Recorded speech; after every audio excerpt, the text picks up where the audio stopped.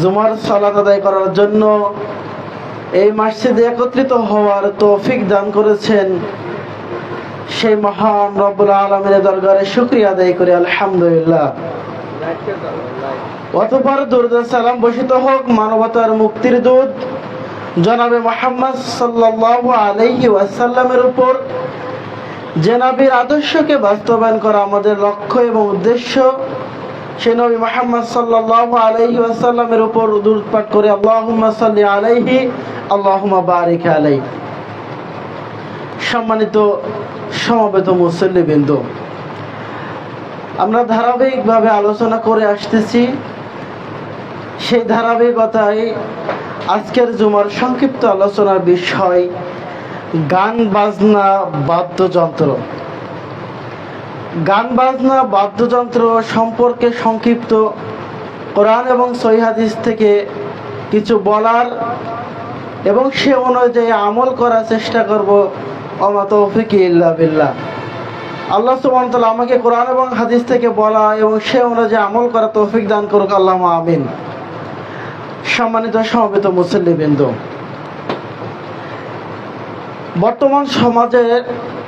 বর্তমান সময়ে আমরা যদি সমাজের দিকে লক্ষ্য করি তাহলে আমরা দেখতে পারবো এবং বুঝতে পারবো যে গান বাজনা বাদ্যযন্ত্র আমাদের মাঝে ভাইরাস রূপ নিয়ে আমাদের মাঝে ঢুকে গিয়েছে। আমাদের যুবকরা, আমাদের সমাজের মানুষরা গান বাজনা বাদ্যযন্ত্র ছাড়া একটা মিনিটও জীবনযাপন করতে পারি না বলে আমাদের মনে হয়। আমরা যদি লক্ষ্য করি তাহলে দেখতে পাবো যে আমাদের সমাজের প্রত্যেকটা বাড়িতে গান বাজনা বাদ্যযন্ত্র ব্যবস্থা রয়েছে। রাস্তায় চলাফেরা করতে গেলে, গাড়িতে, এমনকি আমাদের প্রত্যেকের কাছে একটি করে মোবাইলের মাধ্যমে গান বাজনা বাদ্যযন্ত্র আমাদের কাছে রয়েছে। আমরা চেষ্টা করলেও এই গান বাজনা বাদ্যযন্ত্র থেকে আমরা বিরত থাকতে পারি না। অথচ এই গান বাজনা বাদ্যযন্ত্র দ্বারা দুনিয়াতে শ্রবণ করবে, যারা অশ্লীল নাচ গান সিনেমা দেখবে, তাদের জন্য আল্লাহ সুবহানাহু ওয়া তাআলা কিয়ামতের মাঠে ভয়াবহ অপমানজনক শাস্তির কথা বলেছেন। আল্লাহ নবী সাল্লাল্লাহু আলাইহি ওয়াসাল্লাম তিনি হাদিসের মাধ্যমে বলেছেন যে যারা গান বাজনা বাদ্যযন্ত্রের সাথে লিপ্ত থাকবে, যারা গান বাজনা বাদ্যযন্ত্র এগুলো শুনবে, তাদের উপর ভয়াবহ শাস্তি দুনিয়াতে নেমে আসবে।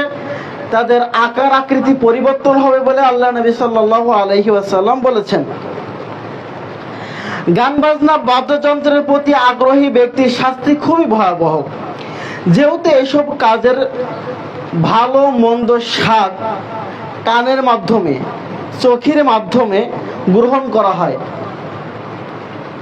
এজন্য রাসূল সাল্লাল্লাহু আলাইহি ওয়াসাল্লাম বলেছেন যে চোখের জিনা হলো চোখ দিয়ে খারাপ কোনো কিছু দেখে সেই চোখের মাধ্যমে প্রশান্তি লাভ করা, এটা হচ্ছে চোখের জিনা।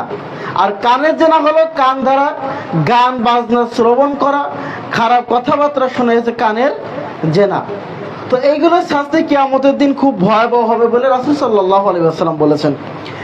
এমর্মে আল্লাহ সুবহানাহু ওয়া তাআলা বলেন সূরা লুকমানের 31 নম্বর সূরার 6 নম্বর আয়াতে আল্লাহ সুবহানাহু ওয়া তাআলা বলেন ওয়া মিনান নাসি মান ইয়াশতারি লাহুল হাদিস লিয়ুদিল্লা আন সাবিলিল্লাহি বিগাইরি ইলম ওয়া ইয়াত্তাখিযাহা হুজুয়া উলাইকা লাহুম আযাবুম মুহিন। আল্লাহ সুবহানাহু ওয়া তাআলা বলেন ওয়া মিনান নাসি, মানুষদের মধ্য থেকে এক শ্রেণীর মানুষ রয়েছে, মান ইয়াশতারি লাহুল হাদিস, যে তারা গান বাজনা বাদ্যযন্ত্র অহেতুক কথাবার্তা এরা ক্রয় করে, লিয়ুদিল্লা আন সাবিলিল্লাহি বিগাইরি ইলম, মানুষদেরকে আল্লাহ সুবহানাহু ওয়া তাআলার পথ থেকে দূরে সরানোর জন্য, মানুষদেরকে আল্লাহ সুবহানাহু ওয়া তাআলার পথ থেকে, দিন থেকে দূরে রাখার জন্য তারা এই সমস্ত গান বাজনা বাদ্যযন্ত্র ক্রয় করে থাকে। ওয়াত্তাখিযাহা হুজুয়া, আর এই গান বাজনা বাদ্যযন্ত্র খেল তামাশাগুলোকে তারা তামাশা, হাসি ঠাট্টা, মজার খোরাক হিসেবে তারা এটা গ্রহণ করে নিয়েছে। উলাইকা লাহুম আযাবুম মুহিন, আল্লাহ সুবহানাহু ওয়া তাআলা বলতেছেন তাদের জন্য রয়েছে অপমানজনক শাস্তি, লাঞ্ছনাদায়ক শাস্তি। এই আয়াত থেকে আমরা বুঝতে পারি যে আল্লাহ সুবহানাহু ওয়া তাআলা যেটা বোঝাচ্ছেন সেটা হলো তার বান্দার মধ্য থেকে, আমাদের মধ্য থেকে এক শ্রেণীর মানুষ আছে যাদের কাছে দ্বীনের কোনো ইলম নাই, যাদের কাছে দ্বীনের কোনো জ্ঞান নাই। এরা কি করে? মানুষদেরকে পথভ্রষ্ট করার জন্য, দ্বীনের পথ থেকে দূরে রাখার জন্য, আল্লাহর বিধান থেকে দূরে রাখার জন্য তারা অহেতুক অযথা গান বাজনা, বাদ্যযন্ত্র, খেলা এবং নায়িকা এইগুলো ক্রয় করে, যাতে করে মানুষ আল্লাহর পথ থেকে দূরে থাকে। দেখবেন যে আমাদের সমাজে খেলাধুলা চালু করা আছে, আন্তর্জাতিক মানের খেলা, বিপিএল, আইপিএল যে খেলাগুলো আছে, এই খেলাগুলো এক ধরনের জুয়া। এই খেলাগুলোর মাধ্যমে মানুষদেরকে দ্বীনের পথ থেকে দূরে রাখা হয়, ইলম অর্জন করা থেকে দূরে রাখা হয়। ঠিক তেমনি ভাবে গান বাজনার মাধ্যমে মানুষ গান বাজনার নায়িকা ক্রয় করে নিয়ে এসে তারা একটা মঞ্চ তৈরি করে সেখানে গান বাজনার আয়োজন করে, যেখানে নারী পুরুষ ছেলে মেয়ে সকলেই সেখানে অংশগ্রহণ করে এবং সেই গান বাজনার মাধ্যমে চক্ষু শীতল করে, মনের আনন্দ তৃপ্তি দেয়, আর তারা দিন থেকে দূরে সরে যায়। আল্লাহ সুবহানাহু ওয়া তাআলা বলতেছেন উলাইকা লাহুম আযাবুম মুহিন, আর আমি আল্লাহ সুবহানাহু ওয়া তাআলা এই সমস্ত ব্যক্তিদের জন্য কিয়ামতের দিন লাঞ্ছনাদায়ক, অপমানজনক শাস্তির ব্যবস্থা করে রেখেছি। আল্লাহ সুবহানাহু ওয়া তাআলা তো তিনি শাস্তি দিলেই হতো, আল্লাহ সুবহানাহু ওয়া তাআলার শাস্তি তো অত্যন্ত কঠোর এবং কঠিন, তারপরেও তিনি শাস্তির পর বিভিন্ন জায়গায় বলেছে আল্লাহ আযাবুন আলিম, আযাবুন মুহিন, আযাবুন আযীম, এই অনেক ধরনের শব্দ তিনি ব্যবহার করেছেন। কিন্তু লাঞ্ছনাদায়ক, অপমানজনক শাস্তি এই কথা বলেছেন এই জন্য যে, এর আগেও আমি এই উদাহরণটা দিয়েছি, আবার আজকে বোঝার জন্য দিচ্ছি যে সমাজে কোনো ব্যক্তি যদি অন্যায় করে তাকে যদি শাস্তি দেওয়ার জন্য লাঠি দিয়ে পিটিয়ে তাকে ছেড়ে দেওয়া হয়, এটা এক ধরনের শাস্তি। আর এক ধরনের শাস্তি হলো তাকে না পিটিয়ে তাকে বলা হলো তুমি মাটিতে থুতু ফেলে সেই থুতু তুমি চেটে উঠে নিবে জিহ্বা দিয়ে, এটা এক ধরনের শাস্তি। তবে আগে যে শাস্তিটা ছিল তার থেকে এটা আরো অপমানজনক, লাঞ্ছনাদায়ক শাস্তি। তো আল্লাহ সুবহানাহু ওয়া তাআলা কিয়ামতের দিন আমাদেরকে, যারা এই গান বাজনা বাদ্যযন্ত্র আমরা শুনবো, তাদেরকে আল্লাহ সুবহানাহু ওয়া তাআলা শাস্তি দিবেন, অপমানজনক লাঞ্ছনাদায়ক শাস্তি তিনি মানুষদেরকে প্রদান করবেন। আল্লাহ সুবহানাহু ওয়া তাআলা আমাদেরকে এই গান বাজনা বাদ্যযন্ত্র থেকে বিরত থাকার তৌফিক দান করুক, আল্লাহুম্মা আমিন। আন আবি মালিক আল-আশআরী রাদিয়াল্লাহু আনহু قال, আবু মালিক আশআরী রাদিয়াল্লাহু আনহু থেকে বর্ণিত, তিনি বলেন قال রাসূলুল্লাহ সাল্লাল্লাহু আলাইহি ওয়াসাল্লাম, রাসূলুল্লাহ সাল্লাল্লাহু আলাইহি ওয়াসাল্লাম বলেন লা ইয়াকুনান্না মিন উম্মাতিন আকওয়ামুন ইস্তাহিল্লুনা আল-হিরা ওয়াল হারিরা ওয়াল খামরা ওয়াল মাওয়াজিফা। রাসূলুল্লাহ সাল্লাল্লাহু আলাইহি ওয়াসাল্লাম বলতেছেন অবশ্যই আমার উম্মতের ভিতরে এক শ্রেণীর লোক আসবে যারা ইস্তাহিল্লুনা, তারা হালাল মনে করবে, তারা হালাল করে নেবে, আল হিরা ওয়াল হারিরা, জেনা, রেশম, ওয়াল খামরা, নেশাদার দ্রব্য, ওয়াল মাআজিফা, এবং গান বাজনা বাদ্যযন্ত্র।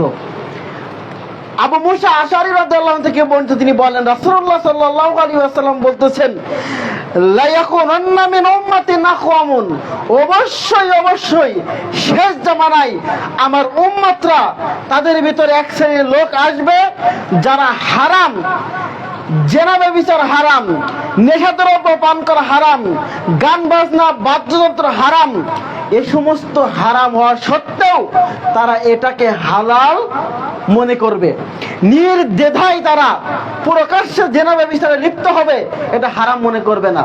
তারাও প্রকাশ্যে মদ পান করবে, গান বাজনা বাদ্যযন্ত্রের আয়োজন করবে, এটা হারাম, অথচ তারা এটা কি হালাল মনে করে নেবে। এটা রাসূল সাল্লাল্লাহু আলাইহি ওয়াসাল্লাম বলেছেন।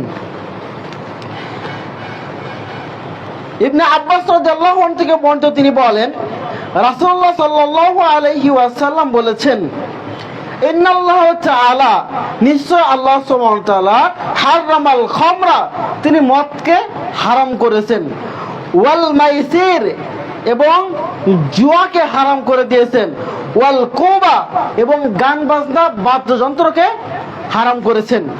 তিনটি জিনিসকে আল্লাহ সুবহানাহু ওয়া তাআলা হারাম হিসেবে ঘোষণা করেছেন। তার এক নম্বর হলো মদ পান করা। মদ পান করা আল্লাহ সুবহানাহু ওয়া তাআলা হারাম করেছে। দুই, জুয়া খেলা। জুয়া নির্দিষ্ট কোনো খেলার নাম জুয়া নয়। যে খেলাতে টাকার হার জিত আছে সেটার নাম হচ্ছে জুয়া। যে খেলায় টাকার হার জিত থাকে সেটার নাম হচ্ছে জুয়া। ক্যারাম বোর্ড, তারপরে আপনার লুডো, দাবা, আন্তর্জাতিক মানের খেলা, যত ধরনের খেলার ভিতরে আপনার টাকার হার জিত আছে, সব ধরনের খেলা হারাম। যে খেলায় শরীর চর্চা আছে, কোন রকম টাকার হার জিত নাই, জুয়ার কোনো আশ্রয় নাই, সেই খেলা জায়েজ আছে। তাছাড়া যে কোনো ধরনের খেলা সবই হারাম। জুয়া খেলা হারাম, ক্যারাম বোর্ড খেলা হারাম, লুডো খেলা হারাম, আইপিএল, বিপিএল, যে আন্তর্জাতিক মানে যত খেলা আছে সমস্ত খেলা হারাম। এই সমস্ত খেলা হারাম, খেলা করা তো দূরে থাক, এই সমস্ত খেলা যেখানে হয়, যে জায়গায় খেলার আলোচনা করা হয় সেখানে বসাও হারাম। সম্মানিত সমবেত মুসল্লিবৃন্দ, দুনিয়াতে দুটি পাপ আছে।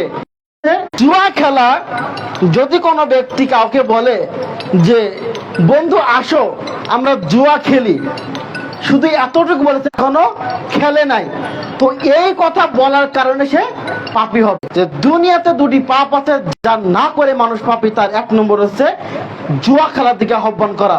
যদি বলে আসো জুয়া খেলি, যদি সে খেলতে না যায়, এই কথা বলার কারণে সে পাপী হয়ে গেল। রাসূলুল্লাহ সাল্লাল্লাহু আলাইহি ওয়াসাল্লাম বলেছেন তাকে 100 কেজি চাউল সদকা করে দিতে হবে, ফকির মিসকিনকে দান করে দিতে হবে, এর জরিমানা হিসেবে। শুধুমাত্র বলছে আসো খেলা করি। তাহলে জুয়া খেলার দিকে আহ্বান করার কারণে যদি পাপী হতে হয়, তাহলে জুয়া খেললে কত পাপ হবে আল্লাহ ভালো জানে। এজন্য যে কোনো ধরনের খেলা হারাম করা হয়েছে, যে খেলার ভিতরে জুয়া আছে। 3 নম্বর পাপ হলো গান বাজনা বাদ্যযন্ত্র হারাম করা হয়েছে। অথচ আজকে আমাদের প্রত্যেকের ঘরে গান বাজনা বাজে, প্রত্যেকের হাতে গান বাজনা বাজে, সবাই আছে গান বাজনা বাদ্যযন্ত্র নিয়ে লিপ্ত। আমরা এক সময় জানতাম যে হিন্দুদের 12 মাসে 13 পর্ব। আজকে কিন্তু আমাদের ঘরে 12 মাসে 13 পর্ব হয়। যদি আমরা লক্ষ্য করি দেখবেন যে প্রত্যেকের ঘরে ঘরে আজকে ডিশ লাইনের লাইন দেওয়া আছে, যেখানে স্টার জলসা, জি বাংলা, জি সিনেমা নামে সমস্ত টিভি চ্যানেলগুলো সেখানে চালু আছে। রাত দিন 24 ঘন্টা মহিলারা সেখানে একের পর এক টিভি চ্যানেলে সেই নাটকগুলো দেখে আসতেছে। অথচ সমস্ত নাটকগুলো হিন্দুদের তৈরি করা, সেখানে পূজার কার্যকলাপ দেখানো হচ্ছে, হিন্দুদের সমস্ত কালচার সেখানে প্রকাশ করা হচ্ছে। অথচ সকাল থেকে রাত 12টা পর্যন্ত কোন ঘরে কখনো দেখবেন না যে সেই ঘরে টিভিতে কোরআন তেলাওয়াত চলতেছে, কখনো চলে না। ডিশ লাইনে কিন্তু একটি চ্যানেল আছে, মুবাশশির নামে একটা চ্যানেল, যেখানে রাত দিন 24 ঘন্টা কোরআন তেলাওয়াত হয়। কোন মুসলমানের বাড়িতে, কারোর বাড়িতে কখনো এই চ্যানেলটা চলে না। রাত দিন 24 ঘন্টা দেখবেন বেটার বউ, স্ত্রী, সমস্ত বাড়িতে যতগুলো মহিলা আছে তারা সকলে এই চ্যানেলগুলো নিয়ে বসে থাকে। অথচ রাত দিনে দেশে হিন্দুদের কালচার দেখানো হচ্ছে। হিন্দুদের বাড়িতে যত সারাদিন পুজো না হয়, একজন মুসলমানের ঘরে তার চেয়ে বেশি পুজো হয়। কারণ ওই টিভি চ্যানেলে সারাদিন উলুলু শব্দ দিচ্ছে, তারপরে ঘন্টা বাজাচ্ছে, মা দুর্গা, সরস্বতী দুর্গাকে ডাকতেছে, সেটা আপনার ঘরেই হচ্ছে, সবাই দেখতেছে। লা হাওলা ওয়ালা কুওয়াতা ইল্লা বিল্লাহ। এজন্য আমাদের এই বাদ্যযন্ত্র থেকে আমাদের দূরে থাকতে হবে। আমরা তো কিছুই মনে করি না। এই এত খারাপ এগুলো, দেখুন এই পাপগুলো। আপনি যদি আপনার বাড়িতে টিভি সিনেমা ঢুকান, এই টিভি সিনেমা ঢুকানোর কারণে আপনি নিজে পাপ অর্জন করতেছেন, আর আপনার পরিবারে যারা এইগুলো টিভি সিনেমা, নাটক, গান বাজনা, ছবি যারা দেখতেছে তারাও পাপের শামিল হচ্ছে। রাসূলুল্লাহ সাল্লাল্লাহু আলাইহি ওয়াসাল্লাম বলেছেন, যদি কোনো ব্যক্তি কোনো সৎ কাজের মাধ্যম চালু করে, সেই সৎ কাজ করার কারণে যে ব্যক্তি সৎ কাজ করবে সে নেকি পাবে, এবং যে মাধ্যমটা চালু করেছে সেও সৎ কাজের নেকি পাবে। ঠিক পক্ষান্তরে যদি কেউ অসৎ কাজের, খারাপ কাজের পথ চালু করে দেয়, ওই খারাপ কাজ করলে যে গুনাহ, সে খারাপ কাজ যে করেছে সে গুনাহ অর্জন করলো, এবং যে মাধ্যমটা চালু করে দিয়েছেন সেও গুনাহ অর্জন করবে। তা গান বাজনা, বাদ্যযন্ত্র শোনার কারণে যে ব্যক্তি টিভি দেখবে সে ব্যক্তি যতটা গুনাহ অর্জন করবে, আর আপনি আপনার পরিবারের টিভি এনে দেওয়ার কারণে আপনিও গুনাহগারে শামিল হবেন। অথচ আপনি রাত দিন 24 ঘন্টা তাহাজ্জুদ নিয়ে পড়ে আছেন, তাসবিহ তাহলিল করেন, পাক্কা হাদিস সাহেব, আর আপনার বাড়িতে টিভি সিনেমা এনে দিয়েছেন। মাস পড়লে 200 টাকা আপনি ডিশ লাইন বিল দেন, 500 টাকা ওয়াইফাই লাইনের বিল দেন, আর আপনার বেটার মেয়ে, স্ত্রী, নাতনি তারা রাত দিন 24 ঘন্টা অশ্লীল গান বাজনা শুনতেছে, টিভি সিনেমায় নগ্ন ছবিগুলো দেখতেছে, আর আপনি তাসবিহ টিপতেছেন। কখনো সম্ভব না। আপনি এর পাপের ভাগীদার হবেন, পরকালে আপনার জন্য ভয়াবহ শাস্তি রয়েছে। সম্মানিত সমবেত মুসল্লিবৃন্দ, আমাদেরকে এই গান বাজনা, বাদ্যযন্ত্র থেকে আমাদের ফিরে আসতে হবে। নাফে রাদিয়াল্লাহু আনহু থেকে বর্ণিত, তিনি বলেন, একদা আব্দুল্লাহ ইবনে ওমর রাদিয়াল্লাহু আনহু এবং আমি, নাফে রাদিয়াল্লাহু আনহু বলতেছেন, একদা আমি, নাফে এবং আব্দুল্লাহ ইবনে আমর রাদিয়াল্লাহু আনহু দুইজন আমরা রাস্তাতে যাচ্ছি। এমত অবস্থায় রাস্তাতে যাওয়ার সময় গান বাজনার আওয়াজ আব্দুল্লাহ ইবনে আমরের কানের ভিতরে আসলেন।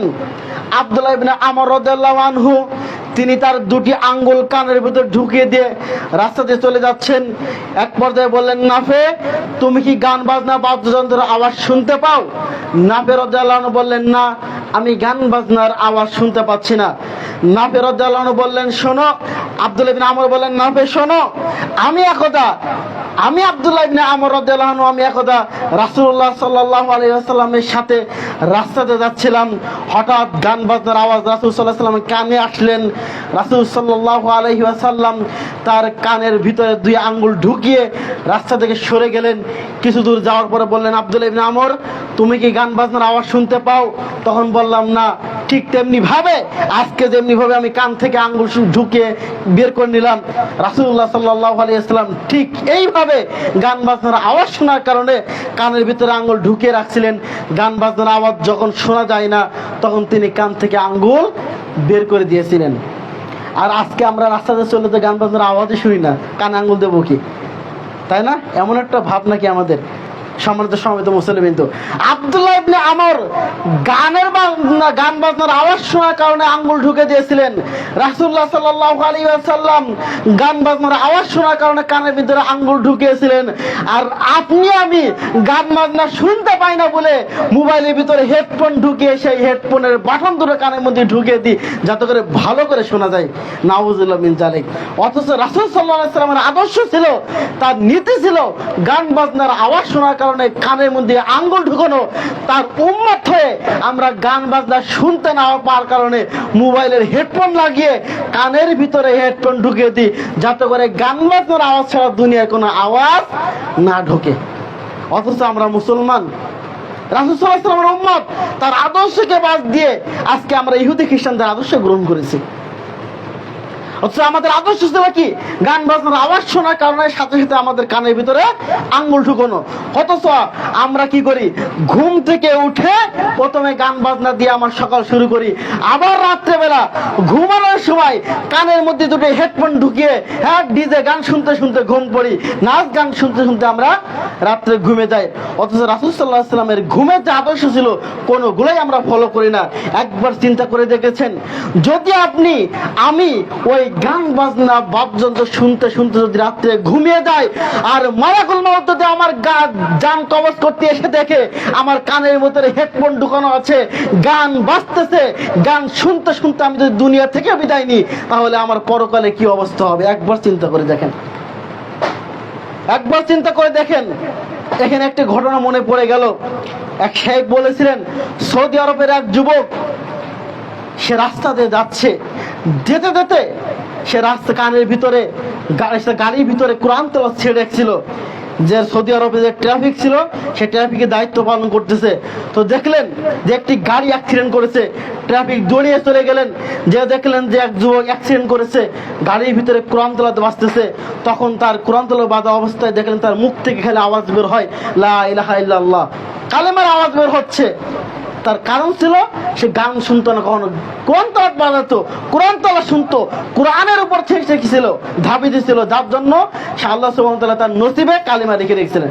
ঠিক তেমনি ভাবে আর একটা যুবক প্রতি শুক্রবার দিন, জুমার দিন দূরে তার দাদির সাথে দেখা করতে যেত। প্রতিদিনের মতন, প্রতি শুক্রবারের মতন সে তার দাদির সাথে দেখা করার জন্য যাচ্ছে। রাস্তায় অ্যাক্সিডেন্ট হলো, সেই ট্রাফিকই বলতেছে, সে আবার দৌড়িয়ে আসে, দেখলো ছেলেটার গাড়ির ভিতরে গান বাজতেছে আর তার বারবার তালকিন দেওয়া হলো, লা ইলাহা ইল্লাল্লাহ। তার মুখ থেকে একবারও কালিমার আওয়াজ বের হলো না, কারণ সে গান বাজনা বাদ্যযন্ত্র নিয়ে লিপ্ত ছিল, সারাক্ষণ সে গানের ভিতরে ডুবেছিল। তার মুখ থেকে কিভাবে কালিমার আওয়াজ বের হবে? কালিমার আওয়াজ বের হতে গেলে আল্লাহ সুবহানাহু ওয়া তাআলার পক্ষ থেকে দয়া এবং রহমত দরকার হয়। যেখানে গান বাজনা বাদ্যযন্ত্র থাকে সেখানে আল্লাহর রহমত থাকে না। এজন্য আমাদেরকে গান বাজনা থেকে দূরে থাকতে হবে, গান বাজনা বাদ্যযন্ত্র থেকে দূরে থাকতে হবে। আল্লাহ সুবহানাহু ওয়া তাআলা আমাদেরকে বোঝার তৌফিক দান করুক, আল্লাহুম্মা আমিন। সম্মানিত সমবেত মুসল্লিবৃন্দ, রাসূলুল্লাহ সাল্লাল্লাহু আলাইহি ওয়াসাল্লাম বলতেছেন যে আমার উম্মতের মাঝে তিনটি ভয়াবহ আযাব নাজিল হবে, তিনটি ভয়াবহ আযাব চলে আসবে তিনটি কারণে। তিনটি পাপের কারণে আল্লাহ সুবহানাহু ওয়া তাআলা উম্মতেরা মুহাম্মদ সাল্লাল্লাহু আলাইহি ওয়াসাল্লামের এই উম্মতের উপর তিনটি ভয়াবহ শাস্তি দান করবেন। এক নম্বর ভয়াবহ শাস্তি হলেন, তিনি বললেন বিভিন্ন এলাকায় ভূমি ধসে যাবে। এক নম্বর শাস্তি কি? বিভিন্ন এলাকায় ভূমি ধসে যাবে, পাহাড় ধসে যাবে, মাটি ধসে যাবে, এক নম্বর শাস্তি। দুই, আসমান থেকে অথবা কোন জাতির পক্ষ থেকে সেই জাতির উপর জুলুম অত্যাচার চাপিয়ে দেওয়া হবে। তিন নম্বর হলো অনেক পাপের ধরনে এমন হবে যে তাদের আকার আকৃতি পরিবর্তন করে দেওয়া হবে। এই তিনটি ভয়াবহ শাস্তি উম্মতের উপর চলে আসবে। তার এক নম্বর পাপ হলো মদ পান করা, দুই নম্বর পাপ হলো নায়িকাদের নিয়ে গান বাজনা করা, তিন নম্বর পাপ হলো বাদ্যযন্ত্র বাজানো বা শোনা। তাদের যারা রাসূল সাল্লাল্লাহু আলাইহি ওয়াসাল্লাম বলেছেন আমার উম্মতের মাঝে তিনটি পাপের কারণে তিনটি ভয়াবহ শাস্তি আসবে। এক নম্বর পাপ হলো মদ পান করা, দুই নম্বর পাপ হলো নায়িকা ক্রয় করে তাদের নাচানো, তাদের নাচ দেখা, তিন নম্বর পাপ হলো গান বাজনা বাদ্যযন্ত্র সমাজে বৃদ্ধি পাওয়া। এই তিনটি পাপের কারণে ভয়াবহ তিনটি শাস্তি আসবে। এক নম্বর শাস্তি হলো ভূমি ধসে যাবে, পাহাড় ধসে পড়বে। আজকে আমাদের সমাজে গান বাজনা বাদ্যযন্ত্র বৃদ্ধি হওয়ার কারণে নায়িকাদেরকে নাচ গান সিনেমা নাটকের কারণে, মদ পান করার কারণে আমাদের আজকে দেখবেন চট্টগ্রামে পাহাড় ধসে পড়ে। বৃষ্টি হলে শোনা যায় চট্টগ্রামে পাহাড় ধসে পড়েছে, অমুক জায়গায় ভূমি ধসে গেছে। এই সমস্ত শাস্তি আমাদের উপর এসে যায়। দুই নম্বর শাস্তি হলো আসমান থেকে বজ্রপাত হয়, বৃষ্টি হলে এখন বজ্রপাত, শোনা যায় অমুক জায়গায় বজ্রপাতে অমুক মারা গেছে, এই শাস্তি দেওয়া হচ্ছে। আবার আল্লাহ রাসূল সাল্লাল্লাহু আলাইহি ওয়াসাল্লাম বলেছেন কোন জাতির পক্ষ থেকে শাস্তি দেওয়া হবে। পার্শ্ববর্তী যে দেশ থেকে আমাদের উপর বন্যার প্লাবিত হয়েছে না, আমার দেশ হয়েছে না, সে ভারত থেকে ফারাক্কাবাদ ছেড়ে যাওয়ার কারণে আজকে আমার দেশ চট্টগ্রাম, কুমিল্লা, ফেনী পানিতে প্লাবিত হয়েছে। এটাও এক ধরনের শাস্তি, আমাদের নিজ হাতে কামাই করা শাস্তি। আল্লাহ রাসূল সাল্লাল্লাহু আলাইহি ওয়াসাল্লাম বলেছেন যে কোনো জাতির উপর থেকে তাদের উপর জুলুম চাপিয়ে দেওয়া হবে, আমাদের উপর জুলুম করা হচ্ছে। ফারাক্কাবাদ খুলে দিয়ে আজকে বন্যায় প্লাবিত হচ্ছে। এক সময় যখন আমাদের পানি দরকার হয় সেখান থেকে পানি দেওয়া হয় না, আর যখন আমাদের পানি দরকার হয় না তখন বুক সমান মাথা সমান পানি দিয়ে আমাদের উপর প্লাবিত করে দেওয়া হচ্ছে। এটা রাসূল সাল্লাল্লাহু আলাইহি ওয়াসাল্লাম বলেছেন কোন জাতির উপর থেকে আযাব চাপিয়ে দেওয়া হবে, জুলুম আমাদের উপর চাপিয়ে দেওয়া হয়েছে। তার কারণ আজকে আমাদের সমাজে মদ পান বৃদ্ধি পেয়ে গেছে, গান বাজনা বৃদ্ধি পাওয়ার কারণে আজকে আমাদের উপরে শাস্তি চলে এসেছে। 3 নম্বর হলো আকার আকৃতি পরিবর্তন করে দেওয়া হবে, শুকরে পরিবর্তন হবে, বানরে পরিবর্তন হবে। সামনে হাতে আসতেছে, আজকে শোনা যায় অমুক জায়গায় সকাল রাত্রে ঘুমিয়েছিল নারী হিসেবে, সকাল হয়ে গেছে পুরুষ, রাত্রে ঘুমিয়েছে পুরুষ হিসেবে, সকাল হয়েছে নারী। আকার আকৃতি পরিবর্তন হয়ে যাচ্ছে। তার কারণ হলো এই গান বাজনা বাদ্যযন্ত্র সমাজে বেশি বৃদ্ধি পাওয়ার কারণে, গান বাজনা, তারপরে নাচ গান এবং মদ পান বেশি করার কারণে আমাদের উপর শাস্তি চলে এসেছে, আমরা নিজ চোখে দেখতে পাচ্ছি। সম্মানিত সমবেত মুসল্লিবৃন্দু, এখনো সময় আছে, আমাদেরকে তওবা করে এখান থেকে ফিরে আসতে হবে, আমাদের তওবা করতে হবে, আল্লাহর কাছে ক্ষমা চাইতে হবে। আল্লাহ সুবহানাহু ওয়া তাআলা আমাদের বোঝার তৌফিক দান করুক, আল্লাহুম্মা আমিন। সম্মানিত সমবেত মুসল্লিবৃন্দু, আর মালিক আশআরী রাদিয়াল্লাহু আনহু قال, আবু মালিক আশআরী রাদিয়াল্লাহু আনহু থেকে বর্ণিত, তিনি বলেন নবী করিম সাল্লাল্লাহু আলাইহি ওয়াসাল্লাম বলেছেন, আমার কিছু উম্মত মদ পান করবে এবং এই মদের নাম দেবে ভিন্ন। মদ পান করবে অথচ এই মদের নাম দেবে ভিন্ন, মদ হিসেবে তারা আখ্যায়িত করবে না। তারপর রাসূল সাল্লাল্লাহু আলাইহি ওয়াসাল্লাম বলেছেন, তাদের নেতা নেত্রীদেরকে গায়িকার মাধ্যমে, গান বাজনা বাদ্যযন্ত্রের মাধ্যমে তাদেরকে সম্মান করানো হবে। দেখেন না, স্কুলের যখন কোনো অনুষ্ঠান করা হবে, প্রধান অতিথিকে আপ্যায়ন করার জন্য, সম্মান করার জন্য বলা হয় স্কুলের ছাত্রীদেরকে, তোমরা শাড়ি পরে আসবা, হলুদ পোশাক পরে আসবা, অমুক প্রধান অতিথি আসবে, তাদের সামনে তোমাদেরকে নাচতে হবে। নাচায় না? হেডমাস্টার সামনে নাচায় না? গান বাজনার আয়োজন করা হয় 16 ডিসেম্বর, 21শে ফেব্রুয়ারি, 26শে মার্চ, স্কুলে বিভিন্ন রকম খেলার আয়োজন করা হয়।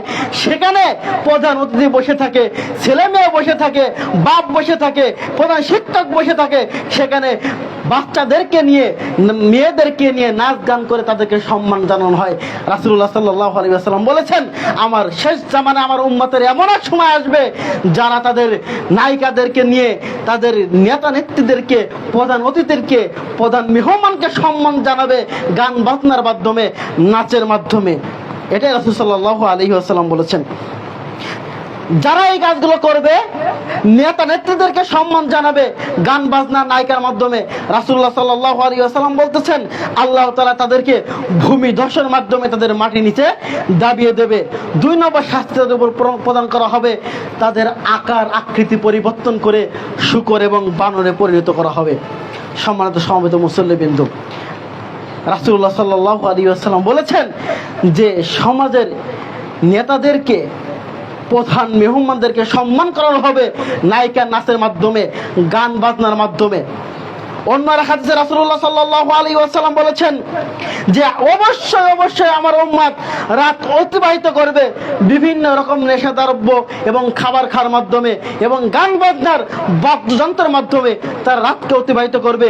সকালে তারা পতিত হবে, সকালে তারা উপনীত হবে, তাদের চেহারা পরিবর্তন হয়ে গেছে বানর এবং শূকরের।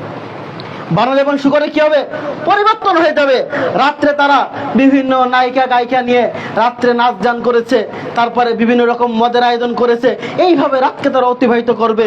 কিন্তু সকালে তারা উপনীত হয়ে দেখবে যে তাদের আকার আকৃতি পরিবর্তন হয়ে বানরে রূপান্তর হয়েছে, শূকরে রূপান্তর হয়েছে। সম্মানিত সমবেত মুসল্লিবৃন্দু, দুনিয়াতে অনেক প্রাণী আছে, গরু আছে, ছাগল আছে, তাই এইগুলো বাদ দিয়েছে কেন আল্লাহ সুবহানাহু ওয়া তাআলা বানর এবং শূকরের কথা কেন বললেন? কুকুরের কথা তো বলতে পারতেন যে কুকুরে পরিণত হবে, কেন বানরের কথা বললেন এবং শূকরের কথা বললেন? কারণ শূকর এমন একটি প্রাণী যে প্রাণী কোনো বিবেক বুদ্ধি নাই। আপনার মনে করেন গরুর একটু আকেল আছে, দেখবেন যে গরু যে কোনো খাবার খাবে না। যে মাঠে গরু চড়ানো হয় সেই জায়গায় যদি কোনো গরু গোবর করে, পায়খানা করে, সেখানে ঘাস ফলে, সবুজ ঘাস হয়, দেখবেন যে গরু মুখ দিয়ে গন্ধ শুকার ঘাস খাবে না। কারণ সে বিবেক আছে, সে বুঝতে পারে যে এখানে অন্য গরুতে পায়খানা করেছিল। যেখানে গরুর গোবর আছে, যে খাবারের ভিতরে অন্য পশু পাখির খাবার থাকে, সেই খাবার গরুতে খাবে না। গরু একটা কি করে? বিবেচনা করে খাবার খায়। কিন্তু শূকর এমন একটা প্রাণী, তাকে যেখানে নিয়ে যাবেন, তাকে কচু দিলেও খাবে, পায়খানা দিলেও খাবে, ওকে যেখানে নিয়ে যাবেন না কেন সেখানে যাবে, যা দেবেন খাবে। মানুষ এক সময় এমন হয়ে যাবে তারা হালাল হারাম পার্থক্য করবে না, কোনটা হালাল কোনটা হারাম কোনটা কি। শূকরের মতন তাদের বিবেক হয়ে যাবে, তারা কোনো কিছু বিবেচনা করে দেখবে না, যা ইচ্ছা তাই করবে। এই জন্য আল্লাহ রাসূল সাল্লাল্লাহু আলাইহি ওয়াসাল্লাম বলেছেন শূকরের মতন আকৃতি করে দেওয়া হবে। কারণ শূকর যেমন কোনো বিবেচনা করে না যে আমি কি খাচ্ছি, কি করতেছি, কি হচ্ছে, এগুলো বিবেচনা করে না। মানুষের স্বভাব এমনভাবে পরিণত হবে যে সে কোনটা হালাল কোনটা হারাম, কি করতেছে না কখনো বিবেচনা করে দেখবে না। আর 2 নম্বর হলো বানরের কথা বলেছেন, কারণ পৃথিবীতে একটা প্রাণী আছে যা অন্যকে অনুসরণ করে, আর কোনো প্রাণী নাই। একমাত্র বানরই কি করে, যেটা দেখবে সেটাই অনুসরণ করবে।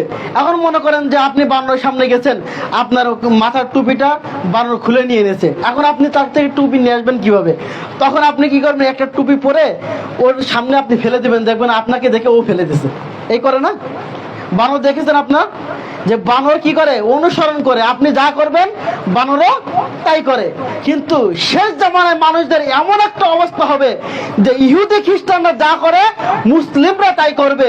ইহুদি খ্রিস্টানদের হুবাহু আমরা অনুকরণ করব।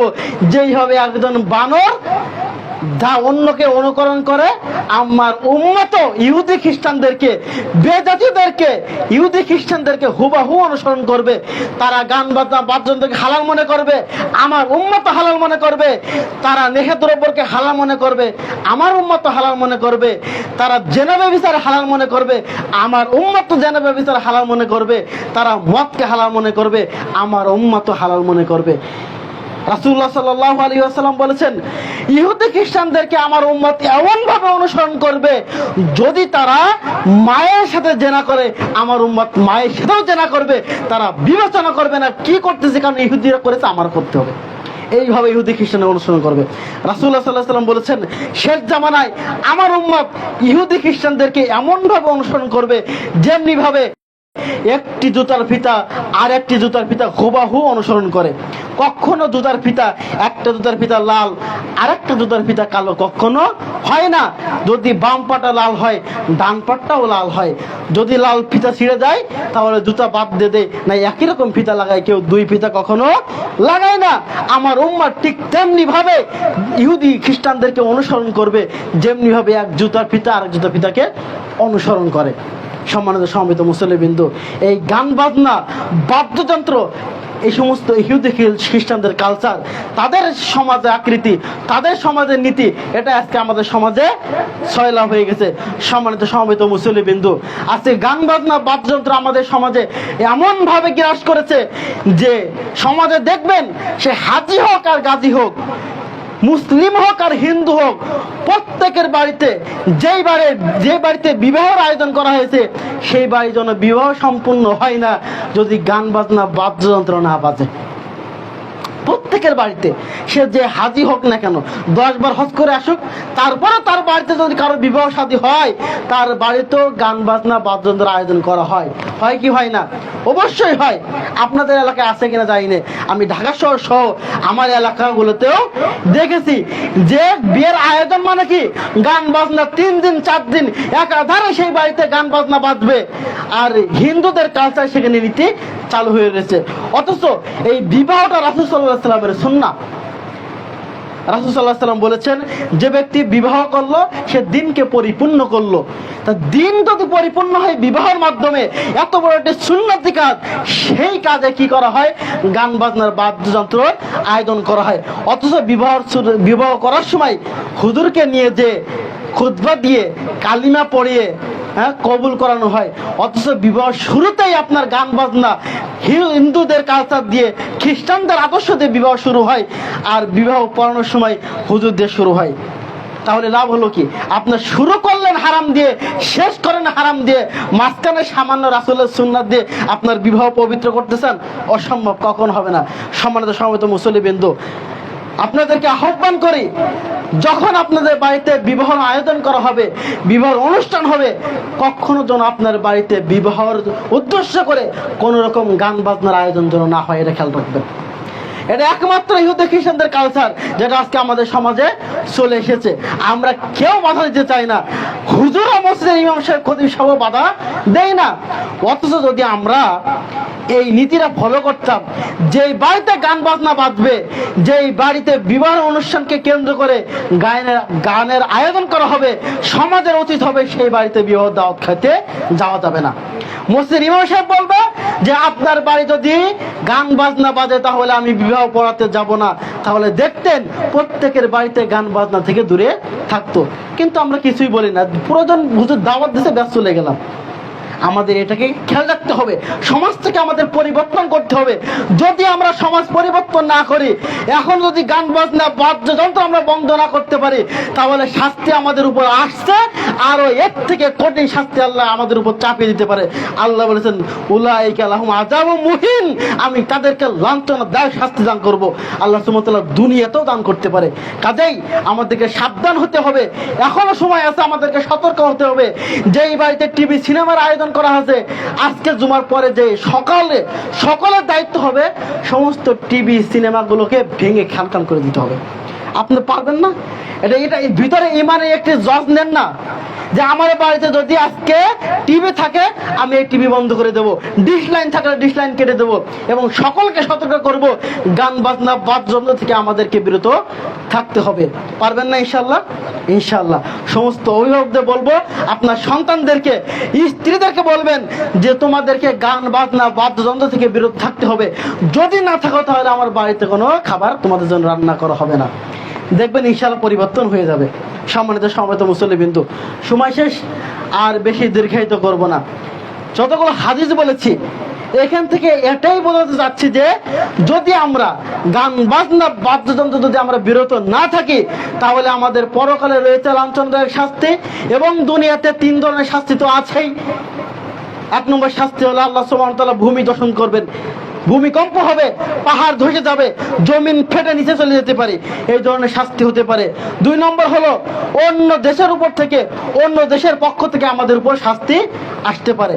দেখেন না, আমাদের উপর শাস্তি আসতেছে, চলতেছে, বন্যা চলতেছে, এবং আমাদের উপর কি করে হয়, রাসূলুল্লাহ সাল্লাল্লাহু আলাইহি ওয়াসাল্লাম অন্য হাদিসে বলেছেন, তখন আমাদের সমাজে গান বাজনা বাদ্যযন্ত্র যখন বেশি হয়ে যাবে, তখন এক দল আর এক দলকে লাগিয়ে দেওয়া হবে, এক দল আর এক দলের সাথে খুন খারাপিতে লিপ্ত হবে, এক দল আর এক দলের সাথে অস্ত্র নিয়ে আঘাত করবে, যুদ্ধে লিপ্ত হবে, কিন্তু কেউ বলতে পারবে না কেন সে যুদ্ধে লিপ্ত হয়েছে। দেখেন না, এক দল আর এক দলের সাথে মারামারি লাগে, কেন লাগেছে কেউ জানে না। এটা হচ্ছে আমাদের পাপের কারণ।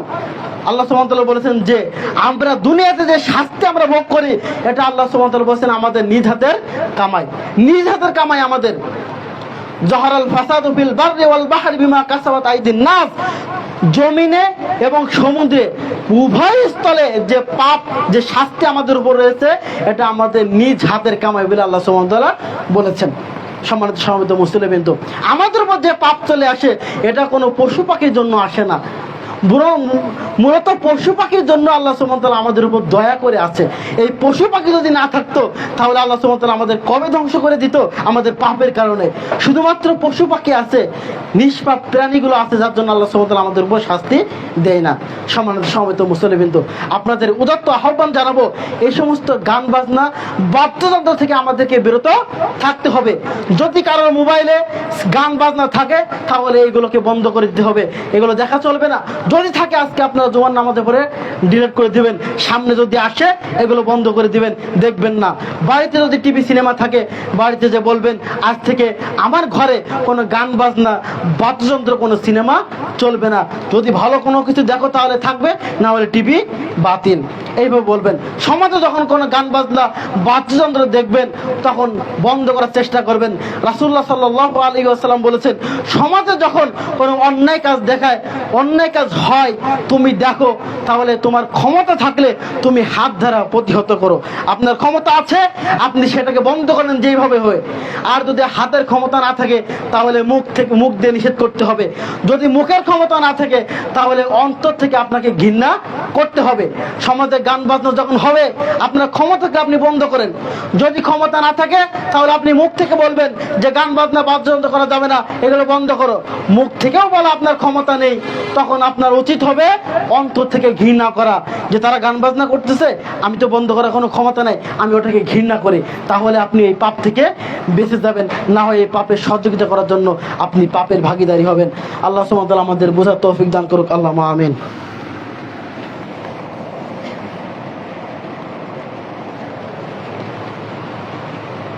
إن الحمد لله نحمده ونستعينه ونستغفره ونعوذ بالله من شرور أنفسنا ومن سيئات أعمالنا وأشهد أن محمدا عبده ورسوله. أما بعد، أعوذ بالله من الشيطان الرجيم. بسم الله الرحمن الرحيم. إن الله وملائكته يصلون على النبي يا أيها الذين آمنوا صلوا عليه وسلموا تسليما. اللهم صل على محمد وعلى آل محمد كما صليت على إبراهيم وعلى آل إبراهيم إنك حميد مجيد. اللهم بارك على محمد وعلى آل محمد كما باركت على إبراهيم وعلى آل إبراهيم إنك حميد مجيد. ربنا ظلمنا أنفسنا وإن لم تغفر لنا وترحمنا لنكونن من الخاسرين. ربنا آتنا في الدنيا حسنة وفي الآخرة حسنة وقنا عذاب النار. رب ارحمهما كما ربياني صغيرا. رب ارحمهما كما ربياني صغيرا. رب ارحمهما كما ربياني صغيرا. খুতবার পরিশেষে আল্লাহ সুবহানাহু কাছে দোয়া করে, আল্লাহ যারা অসুস্থ আছে সকলকে তুমি শিফায়ে কামেলা আজরা দান করো, আল্লাহুম্মা আমিন। আল্লাহ যারা ঋণগ্রস্ত আছে সকলকে ঋণ মুক্ত হওয়ার তৌফিক দান করো, আল্লাহুম্মা আমিন। আল্লাহ যারা মৃত্যুবরণ করেছে তাদের কবরে আযাব মাফ করে জান্নাতুল ফেরদাউস দান করো, আল্লাহুম্মা আমিন। আল্লাহ আমরা যারা জীবিত আছি আমাদের সকলকে ঈমানের উপর অটল থেকে মৃত্যুবরণ করার তৌফিক দান করো, আল্লাহুম্মা আমিন। আল্লাহ তুমি আমাদেরকে যাবতীয় পাপ কাজ থেকে বিরত থাকার তৌফিক দান করো, আল্লাহুম্মা আমিন। আল্লাহ আমাদেরকে দৈনিক 5 ওয়াক্ত সালাত আদায় করার তৌফিক দান করো, আল্লাহুম্মা আমিন। আল্লাহ গান বাজনা বাদ্যযন্ত্র সহ যাবতীয় অন্যায় থেকে আমরা বিরত থাকতে পারি সেই তৌফিক তুমি আমাদেরকে দান করো, আল্লাহুম্মা আমিন। আল্লাহ এই মসজিদে যত মুসল্লি আছে সকলকে তুমি ক্ষমা করে দাও, আল্লাহুম্মা আমিন। এবং আমাদের সকলকে ঈমানের উপর অটল থেকে শিরক এবং বিদআত থেকে মুক্ত থেকে ইবাদত করার তৌফিক দান করো, আল্লাহুম্মা আমিন। সুবহানাকাল্লাহুম্মা ওয়া বিহামদিকা আশহাদু আল্লা ইলাহা ইল্লা আনতা আস্তাগফিরুকা ওয়া আতুবু ইলাইহি। কুম ইলাস সালাহ কাতা সুজা কোন সালাতের জন্য।